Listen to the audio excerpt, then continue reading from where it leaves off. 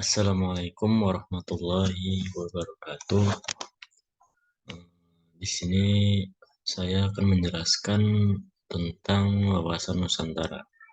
Jadi wawasan Nusantara itu ada yang bersifat sosiologis, historis, dan politik.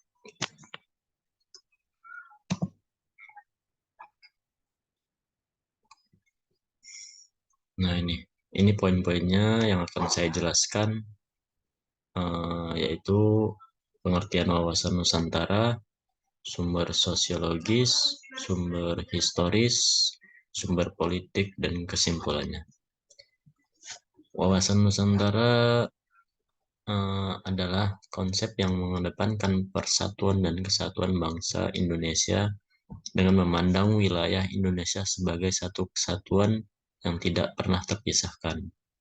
Nah, jadi konsep ini sangat penting dalam konteks sejarah sosial maupun politik di Indonesia karena membantu menciptakan identitas nasional yang kuat serta memperkuat hubungan antara bangsa Asia Tenggara. Lanjut yaitu sumber sosiologis.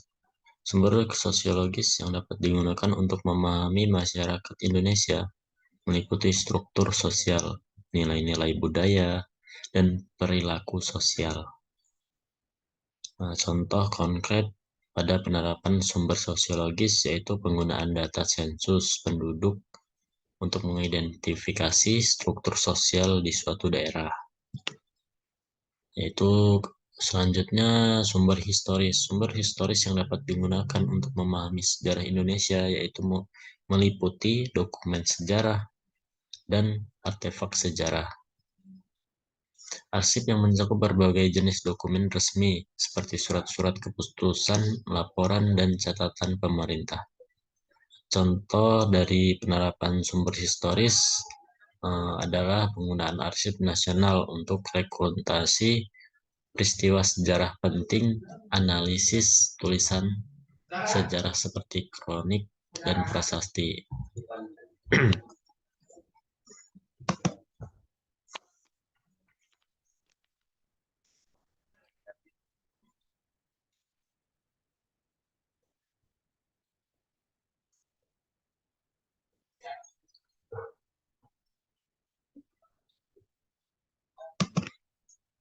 Berikutnya yaitu sumber politik. Sumber politik yang dapat digunakan untuk memahami sistem politik yang ada di Indonesia yaitu meliputi konstitusi partai politik dan kebijakan publik. Konstitusi merupakan undang-undang dasar yang menetapkan struktur dan fungsi lembaga-lembaga negara serta hak dan kewajiban warga negara. Contoh dari penerapan sumber politik ini adalah analisis isi konstitusi untuk memahami prinsip-prinsip dasar negara, studi partai politik untuk mengidentifikasi pandangan politik dan strategi mereka dalam pemilihan umum. Kesimpulannya dari wawasan Nusantara tersebut yaitu kita sudah membahas konsep wawasan Nusantara dan sumber sosiologis, historis, dan politik yang dapat dipahami yaitu menciptakan identitas nasional yang kuat serta memperkuat hubungan antar bangsa di Asia Tenggara. Sumber-sumber seperti sosiologis, historis, dan politik memberikan wawasan yang mendalam tentang masyarakat, sejarah, dan sistem politik yang ada di Indonesia. Dengan memahami konsep wawasan Nusantara dan sumber-sumber tersebut dapat mengembangkan pemahaman yang lebih baik tentang Indonesia sebagai negara yang kaya akan keragaman budaya, sejarah, dan politik. Terima kasih atas perhatiannya.